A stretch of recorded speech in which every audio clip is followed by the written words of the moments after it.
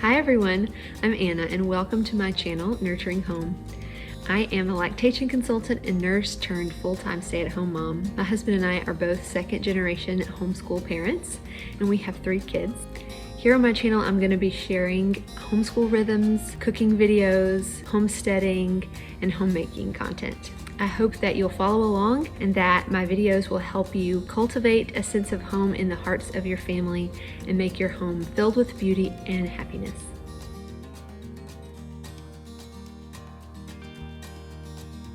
Lemon poppy seed muffins are one of the staples in our home. My son Andy always requests them and I love making them. I start out by melting some butter and zesting the rind of a few lemons. Kind of depends on how thick the rind is. This one I'm just going to do 1 lemon and the juice of 1 lemon. You can pack so many nutrients into a muffin. A lot of times I'll do different flavor combinations, different amounts of oats versus flour. Ground flaxseed is one of my very favorite things to put into muffins and other baked goods that I do. A lot of times I'll do whole wheat flour, unbleached organic white flour. I've done spelt flour. Here I'm using some vanilla bean paste. This is my favorite addition to any baked good.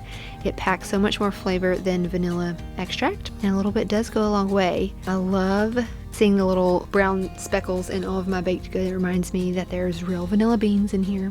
I'll put a link to my recipes in the description of this video. I'm starting up my Nurturing Home website, so I'll have those recipes linked there, and any other things that I reference in the video I'll have links to as well. Here I am adding in our farm fresh eggs. We just recently got chickens and have so enjoyed having those fresh eggs every day. My kids have loved getting to eat our farm fresh eggs in different ways. We've been having some fun making different types of omelets and doing deviled eggs in different variations. Also exclusively bake with either raw sugar, coconut sugar, or maple syrup. We've just really found that prioritizing those forms of sugar has helped us decrease the amount of refined sugar that we eat in our diet. Here's our little chickens. Added that in so that you could see our little 3 birds, our 3 barred rocks. Adding in the juice of 1/2 of the lemon. You can add a whole lemon just depending on how lemony you want your muffins to be, but since I did the zest, I'm only going to do 1/2 a lemon. Sometimes I'll put blueberries in these muffins. Sometimes I'll leave out the lemon juice and do apple cinnamon or grated carrot and cinnamon with some pecans. You can really do so many different variations and pack in so much nutrients with a muffin. So in this recipe, you can either use milk or sour cream. I had a little bit of sour cream left over from another recipe, so I used 1/2 cup of sour cream here and then 1/2 cup of some raw goat milk. I love integrating raw milk into our diet as much as we can. So you can see here I'm doing a combo of organic unbleached flour and oats and flaxseed meal and then the poppy seeds. I love making a big batch of muffins to eat on for breakfast during the week. It's easy for a snack or with our tea time. And I love to serve them for breakfast, with a couple of eggs and some fresh fruit. One of my favorite breakfasts to serve. It makes it easier to already have these muffins prepped if I've made a big batch. They also freeze well, so before I had my babies, a lot of times I would make a big batch of muffins to have in the freezer so that I could just stick them in the microwave and let them defrost pretty quickly for even faster breakfast or a midnight snack. Breastfeeding, you're always hungry. So here are my little lemon poppy seed muffins. Super yummy. We don't have any left now because they all got eaten so fast. I hope you try them and enjoy them. So one of the habits that I have started doing in my life is waiting to drink my coffee after I've had my breakfast. I've seen a big difference in how jittery I feel in the morning, how my mood is throughout the day. I feel like that coffee right on my empty stomach in the morning can set you up for all kind of issues. One being the jitteriness, sometimes brain fog later on in the day, but there is a lot of hormone imbalance I think can come from drinking that caffeine that can cause those cortisol spikes on an empty stomach without any protein. So I always wait to make my coffee after I have my breakfast and I've had my morning protein. My favorite way to make coffee is in the Chemex. It becomes kind of ritualistic, you know, to have this slow moment where you're making your coffee and you're smelling the fresh grounds and watching the drip. There really is so much beauty in the little details all around us if we just take the time to stop and notice and savor it. Maple syrup in my coffee, like I said, it's one of my favorite flavors. Maple syrup has a lot of minerals that other sugar substitutes or sugar, just plain white sugar, has, so it's a good alternative. Holding my youngest in the wrap. She still naps in the wrap every day, and yes, she is breastfeeding in this video. Now I'm going to walk you through one of our family's favorite snacks. I make this in, a big batch a lot, and we'll just eat on it for snacks when my kids want snacks in the middle of the day, or like I said, with tea time, or we take it with us to the park or on a nature walk. These are like peanut butter oat protein balls. So I start with a few cups of whatever peanut butter I have on hand. I love all types of peanut butter. You can even use other nut butters like cashew butter or almond butter and do different flavor combinations with some cinnamon or vanilla, and leave out the chocolate or add the chocolate, whatever. Here I am adding my vanilla bean paste again. Like I said, it's one of my favorite things for baked goods. Here's some ground flaxseed meal and the old-fashioned oats. This is a great source of fiber for your little ones and for you. And these I just roll up in little balls and place them in my glass container and stick them in the refrigerator, and they will last for several days. But in our family, they don't last for very long because they're so loved. One of our favorite snacks. But I think they would last in the refrigerator from a week to 10 days. This week, we started our new semester of school. Our oldest is in 1st grade, and our middle child, our daughter, is starting preschool. So here's some of our favorite curriculums that we're using. Because my husband and I are 2nd generation homeschoolers, we're bringing out some of the curriculum that we loved as kids. And that's been really exciting to get to walk through it on the parent side as well as the kids side. We use the library as one of our main resources. This is our library basket that's sitting on the table. We get books on whatever we're learning about and let the kids really pick out any type of book that they are interested in learning about different topics, and that's so fun. It really motivates them to be excited for school, excited for reading time.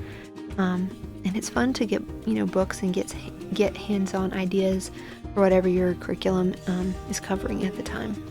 One of our favorite things that we've integrated into our lives recently, now that our kids are a little bit older, is a daily tea time.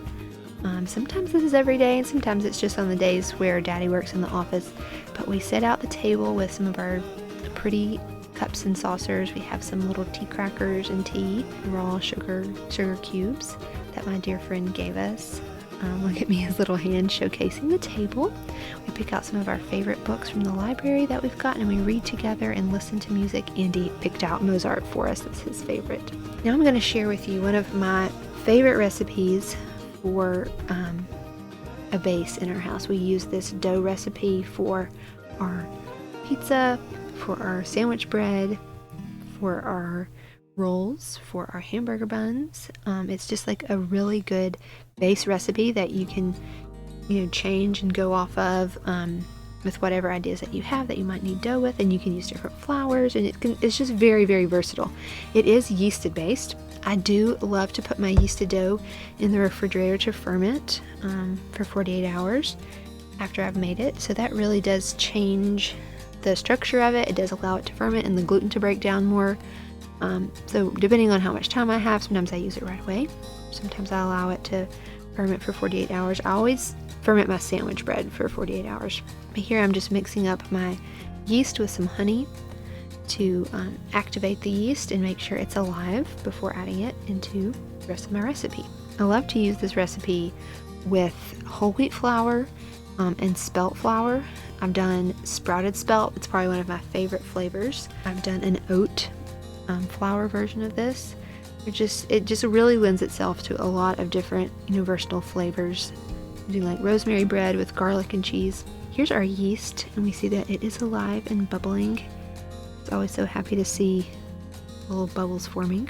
In this recipe today, I'm using a organic all-purpose unbleached flour because I was all out of my whole wheat flour. But like I said, sometimes I'll do the oat flour combo or spelt. You can get so many different flavors out of this recipe. After I've added my 3 cups of flour, I'm going to let the KitchenAid knead it for me, and I'm going to form it into a nice ball and allow it to rise. So here it is after it is doubled in half size. I'm just punching it down and getting it ready. Today we're going to make pizza. In the afternoon, one of my very favorite pick-me-ups is to make a coconut water beverage. So here I'm just taking coconut water and I'm making ice cubes. So I'll add these into whatever drink that I'm making or drinking, and it's an easy way to get those electrolytes in. This drink mix, True Lime and True Lemon, is one that I drink almost every single day. It has really clean ingredients. It's made from crystallized fruit juice, so there's no artificial sweeteners or artificial food dyes. It is made from beet juice crystallized for color. It has actual watermelon juice crystallized. It has lime juice crystallized, and then it has stevia as the sweetener. I think one little container has 1 gram of sugar or glucose, so it is a great alternative to other drink mixes, and I love adding in one of my coconut water ice cubes. I usually do about 4 or 5 in my drink, and it really picks me up in the afternoon. So let's assemble these pizzas. One of my favorite flavor combinations for pizza is pesto and parmesan. So in one of my pizzas tonight that I'm making, I am doing pesto. It's just like a canned pesto that I bought from the store. You can make your own if you have a lot of basil in your herb garden. I have loved basil this year. I've used basil every single day in either my eggs or my pizza or in spaghetti sauce or whatever I'm making. My basil barely has time to grow because I use it so much. This is one of my favorite pestos. It's just Classico brand. We like to top our pesto pizza with mozzarella and parmesan mixed and some red bell pepper and onions.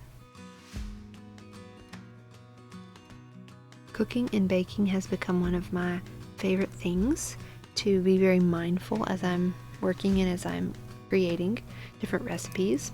It can be a very daunting task or a very methodical task if you are not mindful as you're doing it and thinking about your family and thinking about the blessings that making food and making nourishment is.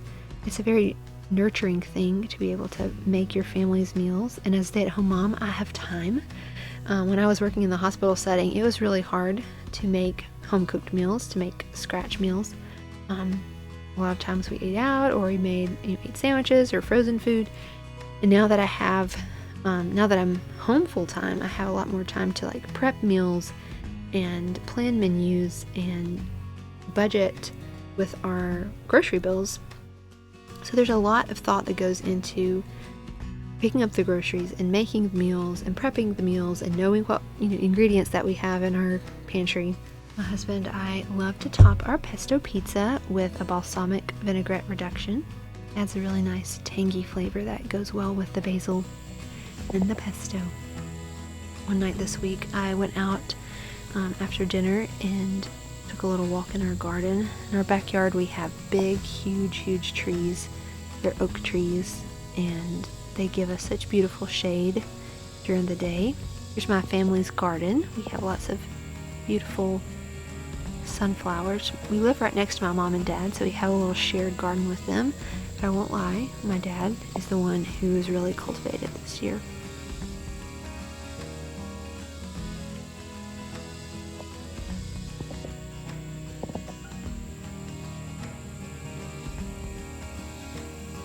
Thank you so much for watching. I hope you enjoyed today's video. I'm going to be posting once a week onto this channel, and I hope you'll come back next week for another video as I nurture my home.